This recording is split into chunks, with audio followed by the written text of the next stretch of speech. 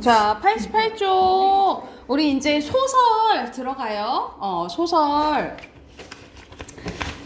들어갔는데, 소설 들어갔는데, 자, 우리 소설의 3요소가 뭘까요? 인물, 땡, 배경, 땡. 소설, 내 3요소는 이거 제일 봐요. 온율, 등장인물. 어?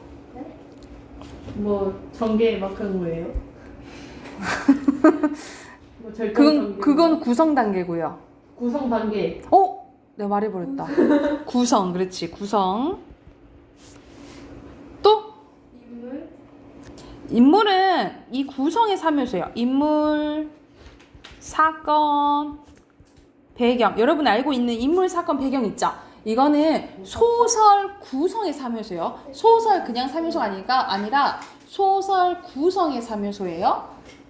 그리고 항상 하고 싶은 말이 있어야 될 거 아니야. 전달하고자 하는. 주제. 그렇지, 주제. 천재다.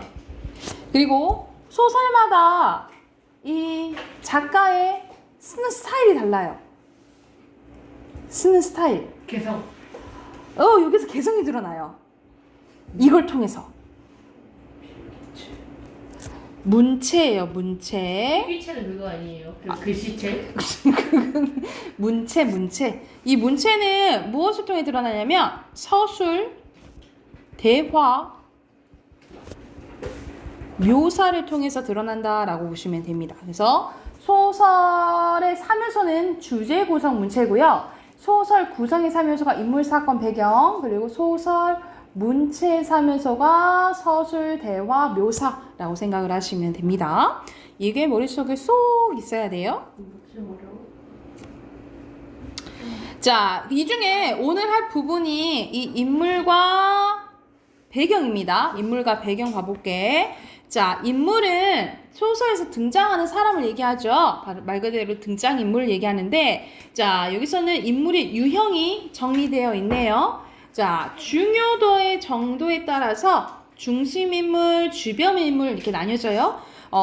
중심인물은 말 그대로 사건이 이끌어 나가는 주인공, 그리고 주변 인물은 사건의 진행을 도와주는 인물입니다. 그래서 영화로 치면은 주인공, 우리 주연 배우라 하죠. 주연. 그리고 조연, 이 차이라고 생각하시면 되겠죠. 그리고 역할에 따라서 주동인물, 그리고 반동인물로 나뉘어지는데, 주동은 사건과 행동을 주로 이끌어 나가는 인물, 반동은 주동인물의 의지와 행동에 반대되는 인물입니다. 그래서 보통 선역이 주동인물이라면 뭐 악역이 반동인물이 뭐 되겠죠. 그죠? 자, 여기가 중요해요. 자, 갖고 있는 특성에 따라 또는 어떤 사회 계층을 대표하냐 아니냐에 따라서 전형적 인물과 개성적 인물로 나뉘어져요. 전형적 인물은 어떤 집단이나 세대를 대표하는 성격을 가진 인물이라고 생각하시면 됩니다. 그래서 효녀 하면 누가 생각나? 심청이. 그렇지, 심청이. 천재다. 자, 열려 하면은 예? 열려 하면은 열려. 춘향이. 그래서 춘향이랑 심청이랑 다른 거였어요. 네가 말한 대로 심청이랑 춘향이는 다르잖아요. 똑같아요? 다르잖아요. 부르는 가명이 있을 듯. 그래서 어떤 계층을 대표하면 전형적 인물 아니면 개성적 인물이라고 생각하시면 되고요. 자, 착한 놈은 계속 착하고 나쁜 놈은 계속 나빠. 이런 식으로 성격이 변하지 않으면 평면적 인물이라고 하고요. 갑자기 못됐던 놈이 착해져. 개가천선해가지고, 또는 착했던 놈이 갑자기 흑화해가지고 막 악해지는 거예요. 이렇게 변하면 입체적 인물을 보시면 되겠죠. 그래서 보통 전형적 인물이랑 평면적 인물은 고전 소설에서 많이 나오고요. 개성적 인물과 입체적 인물은 거의 뭐 현대 소설에서 많이 나온다라고 보시면 됩니다. 됐을까요? 자, 밑에는 흥부전이 나와 있는데 대표적으로 주동인물이 흥부라면 반동인물은 놀부가 되는 거죠. 이렇게 생각하시면 되고, 자, 밑에는 배경입니다. 배경은 소설의 사건이 일어나는 시간과 장소 또는 사회적 역사적 상황을 배경이라고 하는데 종류가 시간적, 공간적, 시대적으로 나왔네요. 자, 시간적, 공간적 여러 묶어봐. 시간적, 공간적 묶어서 무슨 배경이라 할까? 시공간적 배경. 그럴 줄 알았어. 자연적 배경이라고 해요. 자연적 배경.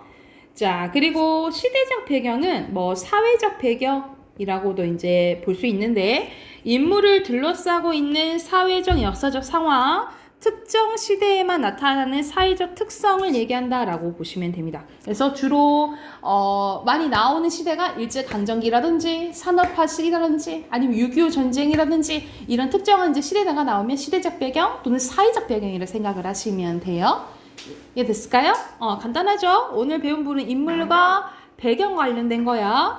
해당하는 문제 오른쪽에 열 문제 바로 풀어볼게요.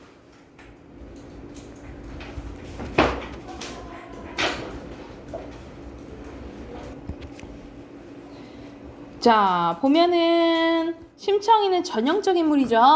그리고 옥진 부인은 맞아요. 아니에요? 아버지를 걱정하는 심청과 반대로 행동하고 있는 반동 인물이에요. 아니에요. 울면서 말하기를 이 옥진 부인도 심청이를 엄청 잘 챙겨주는 선형적인 인물이에요. 선역적인 인물이에요. X예요. 그리고 여기서는 초시가 사건을 이끌어 나간대. 그럼 중심 인물이지. 그리고 시대적 배경을 알 수 있는 단어는 문화주택이 되겠죠. 자, 윗글의 중심물은 아버지, 나와 아버지. 밤은 어떤 배경? 시간적 배경. 집은 공간적 배경이라고 보시면 되겠죠. 그리고 순서대로 행방, 군소리, 외양, 단판. 집가자. 아니 수업 너무 길어요. 하루에 하나만 해도 돼요. 그래도 쉬워요. 82쪽 갈게요. 82쪽 보면 김유정의 봄봄이라는 소설입니다. 여기서 배경은요 1930년대거든요. 1930년대 일제강점기인데 우리 보통 일제강점기와 관련된 내용이 많이 나오잖아. 30년대 하면. 근데 여기는 일제강점기에 대한 언급은 없고, 자, 여기서는 이제 마름이라는 단어가 보이죠? 마름이라는 이제 단어도 보이고, 우리 김유정의 그 동백꽃도 생각나죠, 그치? 똑같은 자, 사람이에요? 네, 똑같은 사람이 지은 거예요. 근데 여기서는 뭘 봐야 되냐면, 대릴사회지혜가 있습니다. 대릴사회지혜는 원래 이제 사회를 데꼬다가 사는 건데, 여기서 말한 대릴사회지혜는 뭐냐면, 우리가 남자가 중요시되는 것은 남자가 힘이 세기 때문이에요. 노동력을 제공하기 때문이에요. 그렇죠? 여자보다는 힘이 더 있으니까 보통. 그래서 우리가 딸만 있는 집안들은 남자가 없으니까 노동력이 없잖아. 그치? 그래서 시집을 가기 전에 자, 이제 시집 보낼 그 댁의 아들이 자, 우선 옵니다. 결혼하기 한 2, 3년 전에 와요. 그래서 한 2, 3년 동안 노동력을 제공해줘요. 노동력을 제공해줘서 노동력 제공한 다음에 결혼해서 이제 여자를 데리고 가는 이 시스템인데 여기서 이제 나가 이 대리사회로 온 사람이라고 보시면 돼요. 오! 아니 때리고 싶어. 자, 먹으면서 하셔도 돼요. 자, 안 돼요? 네, 안 돼요. 자, 여기서 그래서 나가 일을 하러 이제 온 거야. 여기도 여자의 이름이 점순이거든요. 점순인데. 여기서도 이제 이름이 점순인데 이 점순이랑 이제 결혼을 하고 싶은데 자꾸 이제 장인어른이 일만 시키고 안 시켜주는 거예요. 결혼 안 시켜주는. 거기에 대한 이제 갈등이라 생각하시면 됩니다. 아, 그건 아니에요. 아니 이건 자, 번이 마름이라 욕자라고 사람 잘 치고 그리고 생기길 호박 개 같아야 쓰는 거지만 장인님은 여기서 이제 장인님은 외양이 또 그렇게 생겼다라는 거야. 자기니 이제 농사 짓는 사람이 닭 말이나 좀 보내주지 않는다든가 애벌론 때에 품을 좀 안 준다거나 하면 그의 가을에는 영락없이 땅이 뚝뚝 떨어진다. 그러니까 이 장인님한테 땅을 조금 빌려다 쓰려면 어떻게 되는 거야? 갖다 뇌물을 바쳐야 되는 거야. 그럼 미리부터 돈을 먹이고 술도 먹이고 안달재신으로 돌아치던 놈이 그 땅을 슬쩍 돌아왔는데 이 바람에 장인님 집 외양간에는 눈깔 커다란 황소한 놈이 절로 엉금엉금 기어들어가고 동네 사람들은 그 욕을 다 먹으면서까지도 그래도 굽실굽실한다라는 거죠. 그러나 내겐 장인님이 감히 큰 소리할 계제가 못다는데 뒷생각을 못하고 빤 한 개를 딱 때려놓고는 장인님은 무색해서 덤덤히 쓴 침만 삼킨대. 난 그 속을 퍽 잘 아는데 조금 있으면 가을도 꺾어야 되고 모도 내야 되고 한참 바쁜 때인데 나 만약 일 안 하고 우리 집으로 그냥 가버리면 고만이니까 작년 이맘때에도 트집을 좀 하니까 늦잠 잔다고 돌멩이를 집어던져서 자는 놈의 발목을 삐게 해놨다. 사날씩이나 건승 끙끙 앓았더니 종당에는 거반 울생이 되지 않았던가. 그러니까는 언제 한번 이제 자기를 다치게 하고 막 안달이 나서 좀 일해야 되는데 못하니까 안달난 상황이 있었던 거야. 그래서 얘 그만 일어나 일 좀 해라. 그래 올가을에 벼잘 되면 너 장가되지 않겠니? 하면서 이걸로 약간 이제 회유를 하는 거죠. 너 장가 가려면 일해야지 이렇게 얘기를 하는 거야. 그래 귀가 번쩍 뜨여서 그날로 일어나서 남이 이틀 드릴 논을 혼자도 사며 놓으니까 장인님도 눈깔이 커다랗게 놀랐대. 얘가 일도 잘하는 거예요. 그럼 정말로 가을이 와서 혼인을 시켜줘야 온 경우가 옳지 않겠나. 시켜줘야 되는데 안 시켜줬다 이 말이지. 볕섬을 척척 들여 쌓아도 다른 소리는 없고 물동이를 이고 들어오는 점순이를 담배통으로 가리키며 이 자식 아비 척 커야지 저걸 데리고 어떤 혼인을 하고 그러니요 하면서 난 낯장만 붉게 해주면 고만이다 라는 거죠. 그러니까 핑계를 뭐에 대는 거예요? 이 점순이의 키를 가지고 핑계를 삼는다 라고 보시면 돼요. 얘가 커야지 어떻게 저 키를 가지고 시집을 가겠니? 라고 얘기를 하는 거야. 근데 사실 점순이 어머니의 키를 봐도 점순이 어머니 키도 작거든요. 그래서 몇 센치인데요? 엄청 작아요. 그래서 내가 볼 땐 150 좀 이한 것 같아. 이 정도 되는 것 같아. 이하다고. 그래서 한번 저건 너무 핑계 같은데 하고 이제 생각을 해요. 골김에 그저 이놈의 장인님하고 대돌에다 메꿨고 우리 고향으로 내뺄까? 이렇게 하다가 계속해서 참는 중이라고 생각하시면 돼요. 참말이지 나는 사실 이 꼴하고는 집으로 차마 못 가는데 장가를 들러갔다가 오죽 못났어야 그대로 쫓겨왔느냐고 손가락질 받을 테니까. 그러니까 얘도 좀 가지 못하는 상황이에요. 왜? 장가하러 갔다가 거의 그냥 오면은 수학이 없잖아, 그치? 그래서 다른 사람들한테 이제 손가락질 받을까봐 그냥 가지도 못하는 상황이에요.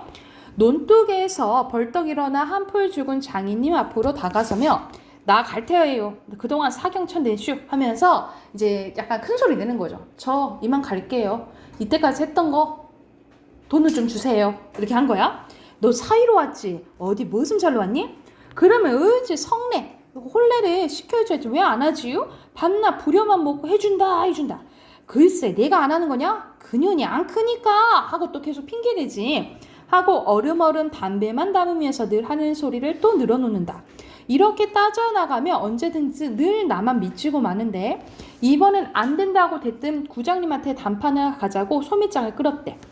이 자식아 왜 그래 어른을 안 간다고 뻗디디고 이렇게 호령은 제 맘대로 하지만 장인님은 제가 내 기운을 못 당한다. 막 부려먹고 딸을 안 주고 게다가 땅땅 치는 건 뭐냐. 그러나 내 사실 참 장인님이 꼭 미워서는 또 아니래. 그 전날 왜 내가 쇠고기에 맞은 봉우리 화전밭에 혼쭐 갈고 있었는데 바깥생이로 돌짝마다 야릇한 꽃내가 물컹물컹 코를 찌르고 머리 위에는 벌들이 가끔 붕붕 소리를 친다. 바위 틈에는 샘물 소리밖에 안 들리는 산골짜기니까 맑은 하늘에 봄볕 시간적 배경 나오네요. 봄이네요, 그치? 자, 봄볕에는 이불 속같이 따스하고 꿈꾸는 것 같아. 나는 몸이 나른하고 몸살이 나려고 그런지 가슴이 울렁울렁 이랬는데 마이 하면서 노래를 부르면서 소리를 부리면 연일 때 같으면 어깨가 으쓱으쓱한다. 근데 웬일인지 반도 갈지 않아서 온몸이 맥이 풀리고 막 짜증만 나고 괜히 소만 드립다 두들기며 얌마 이 망할 놈의 소 대갈들라 하면서 내 속은 정말 야냐 때문인지가 아니라 점순이를 점심을 이고 점순이 키를 보니까 화가 너무 많이 났다는 거죠. 왜 화가 났을까? 점순이 키를 보니까 컸어 안 컸어? 안 그래서 그거 저것 때문에 내가 성례를 못하게 생겼다라고 하니까 화가 너무 났다라는 거죠. 그래서 여기서는 이 점순이에 대한 키에 대한 화풀이를 어디에다 하는 거예요 지금? 장인의 소화태 지금 하는 상황이라고 생각을 하시면 돼요. 그래서 중심 인물은 여기서 나와 장인이고요. 뭐 플러스로 점순이 뭐 써도 되고요. 배경은 1930년대 일제는 이제 봄이고요. 그리고 농촌에서 이루어지는 사건이라고 보시면 됩니다. 주제 간단하게 써놓을게요. 순박한 시골 청년 나와 교활한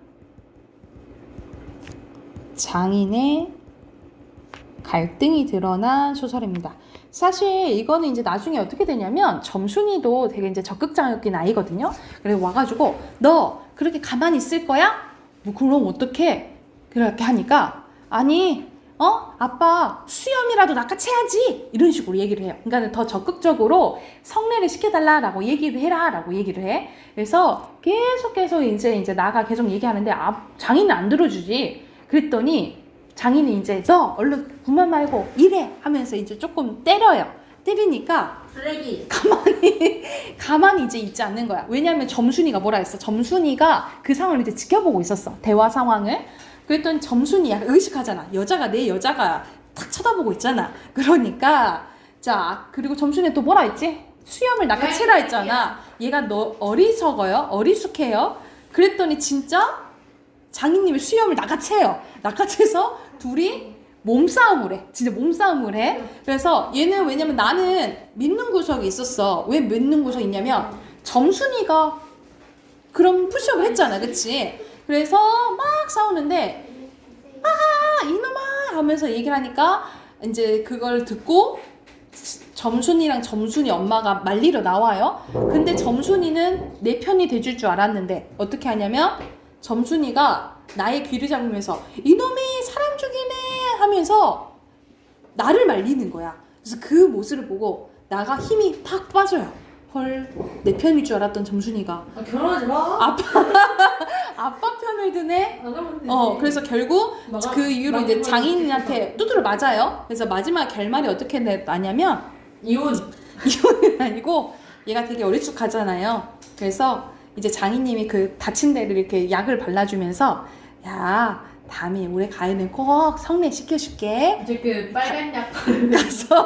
가서 일하자 라고 하니까 예 장인님 하면서 이제 수긍하면서 끝나는 이야기라고 생각을 하시면 돼요. 망할거리 짚고서. 자 뒤에 세 문제 있죠. 바로 풀어봅시다. 자 여기서 순서대로 나 장인 논뚝 2번 몇 번이에요? 알맞은 거? 2번. 2번이고요. 3번에 알맞지 않은 거? 몇 번이랬냐? 3번. 3번이죠. 나가 아니라 점순이기 때문에 그러는 거지. 자, 두 번째 거 가볼게요. 두 번째 소설은 자, 권순찬과 착한 사람들이라는 사람인데 한번 봐볼게요. 아빠가 이름 권순찬이 어떻게? 자, 105동 502호 김성만 씨는 내가 입금한 돈 700만 원을 돌려주시오 하면서 지금 김성만 씨한테 돈을 달라고 얘기하는 상황이야. 붉은 매직펜으로 큼지막한 쓴 그 글씨를 읽고 나는 남자의 얼굴을 다시 한번 바라보았는데 분명 어젯밤 호프집에서 만난 그 남자가 맞았다. 부수수한 머리칼도 검은색 양복도 그대로였다. 남자는 사람들을 향해 대자보를 높이 쳐들지 않았고 이렇게 뭐 써놓은 거 이제 보라고 사람들 우리나라? 아파트 우리나라 쪽으로 쳐다보지 않은 채 그저 가만히 고개를 숙인 채 앉아만 있었다. 돗자리가 끝나는 부분에 남자의 것으로 보이는 감색 운동화 한 켤레 가지를 놓였었는데 나는 창문을 올리고 다시 차를 움직였습니다. 그래서 나가 그 남자를 관찰하거든요. 그래서 여기서는 시점이 1인칭 관찰자 시점이라고 보시면 돼요. 아까 전에 그 본범은 1인칭 주인공 시점이거든요. 이건 1인칭 관찰자 시점이요. 정무 경비가 내 차를 보자 인사를 했고 나도 꾸벅 고개를 숙였다. 망신을 주려 온 사람이었구나. 나는 핸들을 돌리며 그렇게 생각했대. 뭐야? 그럼 어젯밤부터 저기 저러고 있었다는 건가? 500이요. 500이 누가 살지? 저런다고 소용이 있을까? 직접 찾아가서 단판을 내야지. 나 500 나는 이거에 살았는데. 속도를 높이면서 그런 생각들을 하다가 이내 다시 그날 작성할 서류들과 학과 취업률 따위를 떠올렸다. 700만 원이든 1700만 원이든 남과 남 사이에 벌어진 일이었다. 내일 아니니까 하고 이제 그냥 넘어갔다 이 말이지. 내가 참견할 만한 일도 참견할 수도 없는 일이었다. 그저 누군지 모를 사람의 망신을 한번 보았을 뿐. 저러다가 금세 말겠지. 난 그렇게 생각했대. 나는 학교에 도착한 후 인터넷으로 죽은 아이의 아빠가 단식을 시작했다는 기사와 교육부에서 대학의 구조조정 로드맵을 발표했다는 기사를 차례대로 읽었고 교무처와 인재개발원 팀장들과 길게 통화를 했다. 그러다 보니 어느새가 점심시간이 되었고 자연스레 아침이 보았던 남자를 잊을 수 있었는데 그러나 저러다가 말겠지 했던 남자는 내 예상과는 다르게 몇 날 며칠 그 자리에 계속 앉아 있었대요. 그 사이 파란 천막 모서리는 커튼처럼 얇은 비닐이 사면으로 매달렸고 돗자리 위에는 새로 스티로폼 2장이 깔렸다. 밤이 되면 비닐을 내리고 스티로폼 위에 침낭을 깔고 자는 모양이었다. 그리고 다시 아침이 되면 비닐을 둘둘 말아 오른 후 합판에 붙인 제자볼을 자신의 무릎 앞에 세웠다는 거죠. 남자는 여전히 말이 없었고 아파트 단지 안에 들어온 일도 없었으며 아파트로 들어오는 사람들을 붙잡고 말을 거는 일도 없었다. 그저 고요하게 거기에 있었다라는 거죠. 그 며칠 사이 나는 참 좋은 마트 사장에게서 이 남자에 대한 사정을 듣게 됐는데 그게요 사정이 좀 딱하게 됐더라고요. 참 좋은 마트 사장은 나를 빛이 파라솔 의자에 앉힌 후 음료수 한 병을 따주면서 말을 이었는데 저 사람 어린 시절부터 부모 떠나서 어렵게 지낸 모양인데 얼마 전까지는 인천에 있는 무슨 세차장에서 일을 했다 하더라고요. 한데 저 사람 어머니라는 분이 몇 달간 갑자기 찾아와서 자기가 빚을 졌으니 좀 도와달라고 하면서 계좌를 놓고 간 모양이에요. 그러니까는 이제 남남처럼 살았던 어머니가 이제 갑자기 부탁하러 온 거야. 알고 봤더니 이 사람 어머니란 분이 사채를 쓴 모양인데 추어탕집 주방에서 일했다나 뭐 어쨌다나 뭐 아무튼 거기에서 일하다가 관절염 때문에 그만두고 철없이 사채를 썼나 봐요. 처음에 200만 원 빌린 게 금세 400만 원이 되고 600만 원이 되고 700만 원이 된 모양이에요. 그러니 덜컥 겁이 났겠죠. 그래서 하는 수 없이 오래전부터 왕래가 없던 아들을 찾아간 모양인데 남자도 선뜻 돈을 내지 못한 모양이에요. 당장 그만한 돈을 마련하기도 어려웠겠지만 뭐 안 봐도 뻔한 거 아니겠어요? 왜 섭섭하고 원망 같은 게 없었겠어요. 딱 봐도 해준 것 없는 어머니 같은데 갑자기 찾아와서 도와달라고 하니 아무튼 그래도 이 사람 몇 달 위에 돈을 넣어준 거야. 그래도 군소리 없이 700만 원 모두를. 참 좋은 마트 사장은 그 대목에서 잠시 말을 끊었다. 언제부터인가 라네어셋의 여사장도 우리 옆에서 자리 잡고 앉았는데 매미가 울고 날파리가 많은 여름 저녁이었대. 시간적 배경 나왔네. 한데 여기서부터가 더 안타까운 이야기인데 그 사람이 그 사이에 저 사람 어머니도 그 돈을 갚은 거야. 살고 있던 방 보증금도 빼고 여기저기서 아는 사람 때 조금씩 융통도 하고 그랬는데 돈을 갚고 얼마 뒤에 돌아가셔 버린 거예요. 그러니까는 안 잡고 돌아가는데 싶어요. 근데 김성만 씨는 이 엄마한테도 700만 원 받고 이 남자한테도 700만 원, 200만 원 이중으로 받아버린 거잖아요. 그치? 그래서 내가 든 것을 돌려달라라고 지금 이제 시위하는 부분인데 선생님이 이거를 끝까지 스토리를 다 읽진 않아서 모르는데 그 뒤쪽에 하면 김성만 씨가 이제 돈 받는 사채업자잖아. 그런데 이제 나중에는 이 아파트 사람들한테 약간 도움을 받는데 이 김성만 씨의 행동 때문에 아파트 사람들한테 약간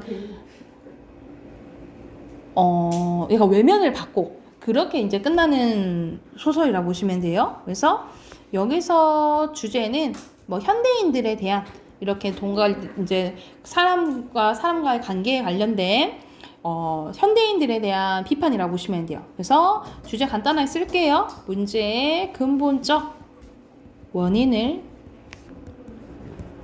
보지 못하는 현대인에 대한 비판이고요. 더 주시냐? 중심 인물은 김성만. 네? 나. 김성만. 네? 그 남자죠. 나. 배경은 여름 저녁이었고, 아이고, 이어서. 아파트 단지죠. 단지 아니에요, 그게. 아니? 입구니까 그렇게 모르겠는데요. 해당하는 거 밑에 네 문제 바로 풀게요. 목소리 크구나. 자, 답 확인해 볼게요. 4번에 남자 아파트 단지 바뀌고요. 5번이 여기서 남자예요? 알맞은 것은 니 틀렸어. 남자야? 남자예요. 5번에 2번. 5번. 5번이고요. 6번에 알맞지 않은 거 2번. 오호. 3번. 4번. 오, 1번. 아닌데. 1번. 왜 4번이에요? 오, 3번. 아니에요? 네? 3번. 3번이에요. 도와주려고 하고 있어요? 도와주려고 하는 거 아니에요? 도와주려고. 뭐 아니 그냥 이야기를 듣고 있잖아. 그 도와주려고 하는 거 아니에요? 아 이야기를 그냥 듣는 거지 뭐. 아 그럼 이 남자 어떻게 도와줘야겠다, 돈 받을 수 있도록 이렇게 생각하는 거 없잖아요. 그냥 이야기 듣고 있어요 지금. 아 그러니까 왜 듣냐고 도와줄 것도 아니잖아. 너 티야 진짜? 아니 저 F예요. 7번에 어이없네. 남자 안 적었. 김성만입니다. 안 잤어. 문법 꺼내세요. 참은 거야. 김민기 때문에 발전했다. 다른 날마다 지금 됐어. 내가 그랬는데. 진짜가 모르겠다. 3분도 안 보고 얘기하는데. 걔? 68쪽 할 차례 맞죠? 뭐가 걔한테는? 자, 우리 저번 시간에 문장 성분 했어요. 그치? 문장 성분, 우리가 문장 성분 총 몇 개라 했죠? 8개. 아니 9개. 아니 8개. 7개. 분사? 7성분이에요. 아, 칠성분. 7개. 분사? 그건 영어고, 이분사는. 8분사 7. 자, 7성분. 자, 7개 총 뭐죠? 주어, 목적어, 서술어, 보어, 그렇지. 그리고 꾸며주는 말, 관형어와 부사어, 그리고 혼자 쓰이는 거, 동사. 독립어였어요. 독립원 아니고. 독립어. 어로 끝나요. 자, 그런데, 자, 이제 문장 해볼게요. 문장. 자, 문장은 크게 두 가지로 나뉘어집니다. 혼문장과 겹문장으로 나뉘어져요. 어떻게 나뉘어진다고? 혼문장과 겹문장으로 나뉘어지는데, 혼문장은 주어와 서술어가 하나 나타나는 거, 주어와 서술어가 2번 이상 나타나면 겹문장이에요. 어휘시험 나왔는데. 그죠? 자, 주어를 S, 서술을 P라고 할게요. 그래서 SP 또는 자, 겹문장은 SP, SP가 2개 이상 나오는 거 알겠지? 그런데 이게 어떻게 결합하느냐에 따라서 또 두 가지로 나뉘어집니다. 이어진 문장과 아는 문장으로 나뉘어져요. 어떻게 나눠진다고? 이어진 문장과 아는 문장. 이어진 문장은 말 그대로 문장과 문장이 이어진 거예요. 그래서 문장 사이에 문장이 있는 주어. 거 아는 문장이에요? 아니요. 왜요? 문장 사이 아는 문장이요? 예, 예. 주어, 서술어, 주어, 서술어 이런 식으로 연달아 오면 이어진 문장이야. 이어진 문장. 근데 아는 문장은 관련된 서술어랑 관련된 서술어가 보통 떨어져 있고 또 다른 주어와 또 다른 서술어가 완전히 끝나지 않고 하나의 문장 성문 역할을 해요. 문장 성문 역할한다는 거는 관형어 역할한다던가 부사 역할한다던가 뭐 명사 역할한다 이 말이야. 근데 우리가 문장이란 것은 완전히 끝나야 되거든요. 근데 이거는 완전히 주어 서술어 갖고 있어도 완전히 끝난 게 아니야. 그래서 얘를 문장이라 부르지는 않고 절이라고 불러요. 우리의 문장보다 작은 것을 절이라고 불러요. 주어랑 서술을 갖고 있지만 완전히 끝나지 않으면 절이에요. 아셨죠? 완전히 끝내야지만 문장이고 문장보다 작은 단위를 뭐라 한다고? 절. 근데 이 절이 어떤 역할을 하냐에 따라서 5가지로 나뉘어져요. 이거는 이따가 할게요. 먼저 맞아요. 이어진 문장 먼저 할게. 왼쪽에 이어진 문장 있죠? 자, 둘 이상의 혼문장이 대등하거나 종속적으로 이어진 문장입니다. 그래서 이어진 문장은 크게 2가지로 나뉘어져요. 대등하게 이어진 문장, 종속적으로 이어진 문장 이렇게 나뉘어집니다. 자, 대등하게 이어진 문장은 자 어떻게 되냐면 자 예를 들어서 학교가 크고 운동장이 넓다 이런 식으로 주어 서술어라고 하는데 자 앞뒤 문장 바꿔볼게. 운동장이 넓고 학교가 크다. 앞뒤 문장 바꿨을 때 의미 변화가 있어요? 없어요? 없어요. 그치? 앞뒤 문장 바꿨을 때 의미 변화가 없으면 대등하게 이어진 문장이라고 보시면 돼요. 자, 그런데 이거는 힌트를 얻으셔야 되거든요. 무엇을 통해 힌트를 얻으려면 요 고 있죠? 이어주는 이 고를 뭐라 하냐면 연결어미라고 해요. 뭐라고 부른다고? 연결어미. 근데 자, 이가 세 종류가 있어요. 나열을 나타내는, 대조를 나타내는, 선택을 나타내는. 그래서 여기서 나열을 나타내는 것은 2가지가 있습니다. 뭐뭐하고 추가적으로 쓸게요. 뭐뭐하며, 뭐뭐하고, 뭐뭐하며. 이거를 뭐냐면 나열을 나타내는 대등적 연결어미라고 부릅니다. 뭐라고 부른다고? 나열을 나타내는 대등적 연결어미. 대등적 연결어미. 자, 그리고 대조에는 상반돼야겠죠. 눈은 내리지만 날씨는 춥지 않다. 그래서 뭐뭐하지만 또는 뭐뭐하나 라는 연결어미도 대등적 연결어미라고 보시면 되고요. 선택은 뭐뭐하거나 뭐뭐하든지입니다. 뭐뭐하거나 뭐뭐하든지. 너 이거 하든지 말든지 해! 이런 거 들어봤죠? 이런 식으로 뭐든지는 선택을 나타내는 대등적 연결어미라고 보시면 돼요. 그래서 자 대등에는 3가지가 있어요. 나열, 대조, 선택이에요. 그런데 요 3가지를 외워두시면 나머지는 종속이라 생각하시면 되겠죠. 그치? 요거는 대등을 나타내는 대등적 연결어미예요. 요것이 아니면 종속이라 생각하시면 됩니다. 아셨죠? 그럼 종속 가볼게. 자, 종속은 자, 2개 이상의 혼문장이 이유, 조건, 목적 등의 종속적인 관계로 이어진 거예요. 그래서 가보자. 비가 와서 옷이 젖었대. 서가 쓰였네, 그치? 근데 앞뒤 문장 바꿔볼까? 옷이 젖어서 비가 왔대요. 맞아요. 비가 와서 옷이 젖은 거랑 옷이 젖어서 비가 온 거는 의미가 다르죠. 그래서 앞뒤 문장 바꿨을 때 말이 안 되거나 아니면 의미 변화 있으면 종속이라 생각하시면 됩니다. 자, 여기서는 원인과 결과를 나타내는 거. 여기서는 어서가 쓰였네요. 그쵸? 어서.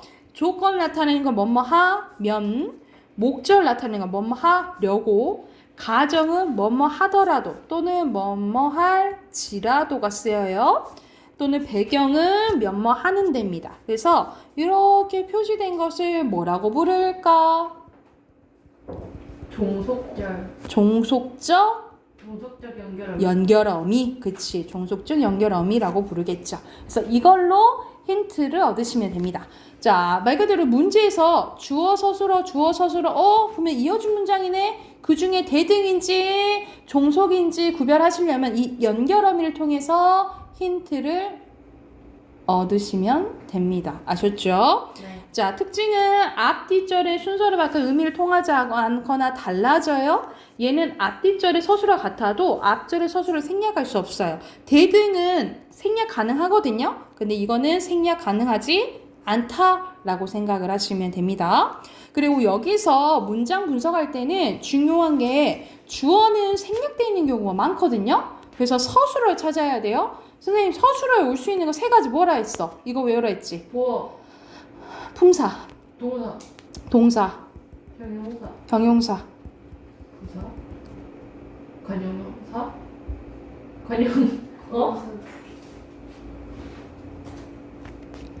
주어, 서술격 조사이다. 이 세 가지가 올 수 있어요. 그래서 문장에서 이 동사, 형용사, 서술격 조사이다 중에 두 가지 이상 나오면 견문장이라 보시면 돼요. 아셨죠? 그래서 주어는 생략되어 있는 경우가 많으니까 서술어 많이 잘 찾으셔야 돼요. 아셨죠? 됐을까요? 그러면 해당하는 문제 바로 풀게요. 71쪽까지 풀고 답 확인해 볼게요. 72쪽이요. 71쪽이요. 69쪽부터 71쪽까지 풀고 답 확인해 볼게요. 몇 분 주실 거예요? 자, 같이 한번 봐봅시다. 69쪽. 자, 1번에 이어진 거 맞죠? 연결된 거. 이번에 순서를 바꾸면 의미가 달라지지 않고요. 생략 가능하고. 자, 서술어가 단위 2개 있어야겠죠? 그리고 O 맞아요. OX, OX, O고요. 자, 여기서는 바람이 불어서 나뭇잎이 떨어진다. 이렇게 하면 되고, 산은 푸르고 계곡물은 맑다. 그리고 인수가 늦잠을 자서 학교에 늦었다. 어제는 비가 왔지만, 또는 뭐 왔고 써도 돼요. 왔고. 이거 쓰시면 되겠죠? 여기서는 먹으려고 종속, 지만 대등, 고 대등, 어서 종속. 이렇게 연결어미로 힌트 바로바로 얻으시면 되겠죠. 그리고 밑에 려고니까 목적, 커서 원인과 결과, 든지 선택이죠. 뒤로 넘겨서 1번에 옳지 않은 거 5번. 대등이지요? 5번이고요. 2번에 이어진 문장에 해당되는 건 5번. 5번이고요. 3번에 부자연스러운 것은 1번. 햇볕은 강하지만 온도 높지 않다. 이렇게 해야 되겠지? 1번이에요. 4번에 3번. 종속이면 어색한 건 3번. 3번이죠. 서연이는 노래를 하고 이렇게 돼야겠지? 대등으로 돼야겠죠?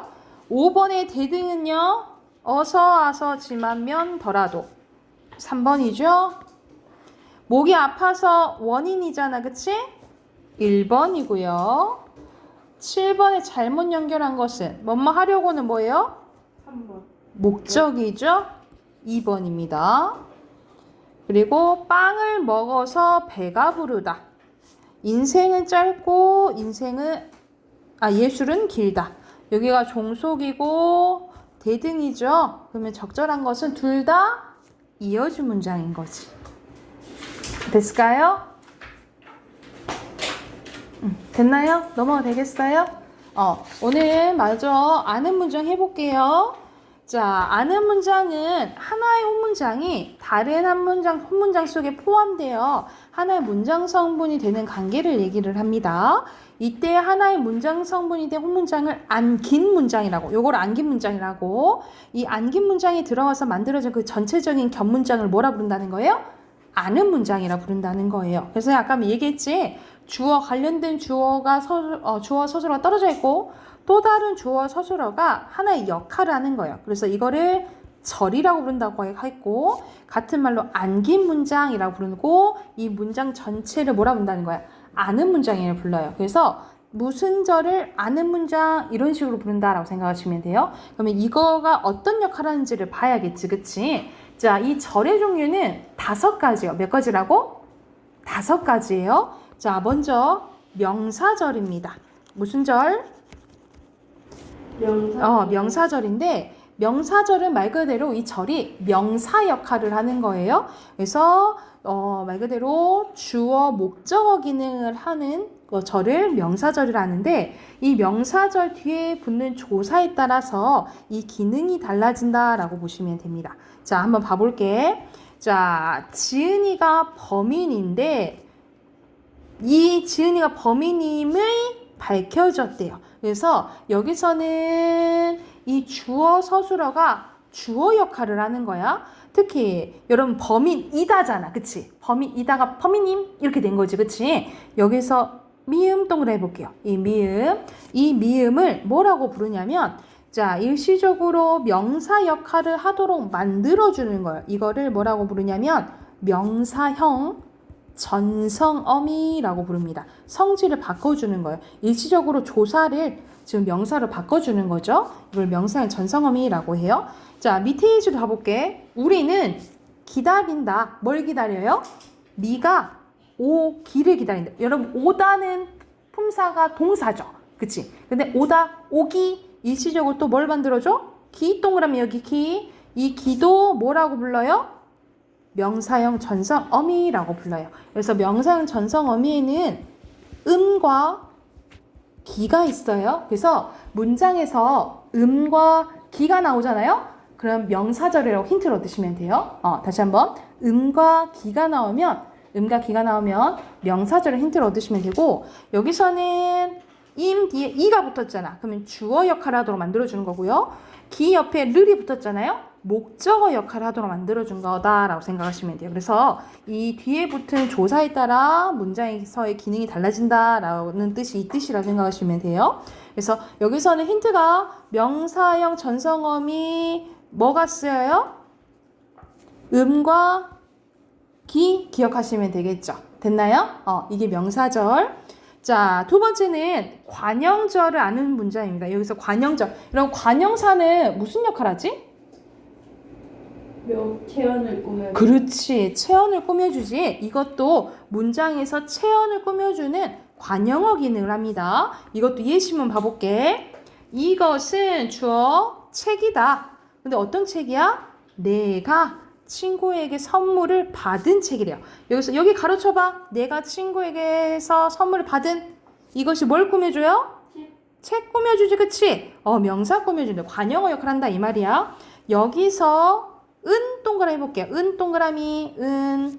여러분 받다는 동사잖아요, 그치? 근데 받은 일시적으로 관형사 역할을 하도록 만들어주는 거예요. 그래서 이 은을 뭐라고 하냐면 관형사형 전성어미라고 불러요. 자, 두 번째 문장 봐볼게. 그는 이미 떠나고 없대요. 근데 어떤 그야? 내가 좋아했던. 내가 좋아했더니 그 꾸며주죠. 그쵸? 여기서 또 던 동그라미 던. 그래서 이런 식으로 은, 는, 을, 던 요런 것들이 오면 관형사형이구나. 관형절이구나. 라고 힌트를 얻으시면 됩니다. 관형절. 그래서 이 은는 을, 던 이런 것들을 관형사형 전성어미라고 불러요. 그래서 이런 것들이 오면은 무슨 절을 힌트를 얻으면 된다고? 관형절로 힌트를 얻으면 된다고요. 자, 부사절입니다. 부사절은 주로 서술어를 꾸며준다라고 보시면 돼요. 뭘 꾸며줘요? 서술어를 꾸며줘요. 이것도 예시 봐볼게. 눈이 사라졌어요. 눈이 사라졌는데 어떻게? 흔적이 없다. 흔적이 없이가 뭐 꾸며줘? 사라졌다 꾸며주지, 그치? 이런 식으로 서술어 꾸며주는 절을 무슨 절이라 한다고? 부사절이라고 해요. 그럼 여기서는 뭐 동그라미 치면 되겠어? 이 동그라미, 우리 없다는 형용사잖아, 그치? 근데 없이 일시적으로 또 부사 역할 하도록 바꿔줘요. 이걸 뭐라고 부를까? 부사형 전성어미. 그렇지. 부사형 전성어미라고 불러요. 자, 밑에 또 예시 보면 내 친구는 예쁘다. 근데 어떻게 예뻐? 눈이 부시게 예쁘대요. 눈이 부시가 예쁘다 꾸며주죠? 그럼 여기서 뭐 동그라미 쳐야겠어? 개 동그라미 쳐야겠죠. 그쵸? 그래서 부사형 전성어미에는 이렇게 세 가지가 있어요. 이, 개, 도록 써놓으시면 됩니다. 이, 개, 도록이 보이면 부사형 전성어미 부사절이다 라고 보시면 돼요. 이, 개, 도록이 쓰이면 부사절이다 라고 힌트를 얻으시면 됩니다. 여기까지 됐을까요? 지금 세 가지 했어요. 세 가지는 명사절, 관형절, 부사절이 있는데 얘네들은 다 전성어미가 있어. 힌트가 뭐야? 전성어미. 각각 명사형 전성어미, 관형사형 전성어미, 부사형 전성어미가 있잖아요. 그치? 근데 밑에 보면 서술절은요. 이 서술절은 힌트가 없어. 대신에 자 가보자. 자, 서술절은 주어가 두 개고 서술어가 하나면 뒤에가 서술절이라고 봐요. 다시 한번. 자, 서술절은 뭐라고? 주어가 두 개고 서술어가 하나면 뒤에가 서술절이라고 봐요. 자, 그래서 이렇게 생각하시면 돼요. 주어가 두 개고 서술어가 하나면 뒤에가 무슨 절이라고? 서술절이라고 생각을 하시면 됩니다. 자, 이거랑 헷갈리면 안 되는 게 여기 오른쪽 잠깐 봐볼게. 자, 똑같이 여러분 착각할 수가 있어. 주어, 서술어. 이거 서술절이구나. 주어, 서술어. 이거 서술절 아닌가? 헷갈릴 수 있는데 여러분 되다 아니다 앞에서는 뭐라고 배웠어? 보어잖아. 그치? 되다 아니다 앞에서는 보어예요. 그래서 가끔가다 여러분 헷갈릴 수가 있어. 형태가 똑같아서. 왜냐면 이 가가 똑같이 쓰이잖아요. 그래서 헷갈릴 수가 있는데 되다 아니다 앞에서는 보어예요. 그래서 헷갈리면 얘는 혼문장이야. 주어 서술어가 하나 있는 거. 근데 얘는 겹문장 중에 아는 문장이에요. 그쵸? 그래서 완전 문장의 종류가 달라지기 때문에 주어 서술어 잘 확인하셔야 됩니다. 아셨죠? 여기서는 주어지만 여기서는 주어 보어다 라고 생각을 하시면 돼요. 자, 마지막이에요. 마지막 인용절입니다. 여러분 인용했다 들어봤잖아. 인용은 뭐야? 다른 말을 가지고 오는 거지. 그치? 그래서 다른 사람의 말이나 생각을 인용한 것이 절의 형식으로 남긴 것으로 다른 사람의 말을 그대로 인용하는 직접 인용이랑요. 말하는 이의 표현으로 바꿔 인용하는 간접 인용이 있어요. 그래서 직접 인용과 간접 인용 두 가지 종류가 있어요. 자, 직접 인용은요. 이렇게 큰 따옴표가 나옵니다. 큰 따옴표가 있고 라고가 쓰이면 직접 인용이에요. 태연이는 말했다. 내가 청소를 할게. 라고. 이 라고를 뭐라고 부르냐면 이거는 직접 인용격 써놓으세요. 얘는 조사예요. 어미 아니고 조사야. 조사. 얘는 조사예요. 간접입니다. 태연이는 말했다. 간접은 큰 따옴표가 없어요. 나에게 자기로 바뀌었죠? 청소를 한다. 고. 그러면 고는 뭐라고 부를까? 간접 인용격 조사. 이것도 조사. 어미 아니고 조사라고. 조사라고 보시면 됩니다. 자, 아는 문장엔 종류가 5가지 있어요. 5가지 뭐? 명사절, 관형절, 부사절, 서술절, 인용절이야. 그래서 이어진 문장이랑 잘 구별하셔야 돼요. 이어진 문장은 주어, 서술어 이렇게 연달아 왔지, 그치?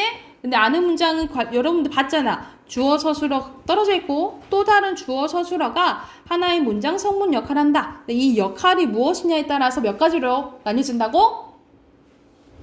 5가지. 맨 처음 5개라 했어요. 5가지라고 생각하시면 돼요. 여기도 해당하는 문제 쭉 풀어봅시다. 75쪽까지 우선 푸세요.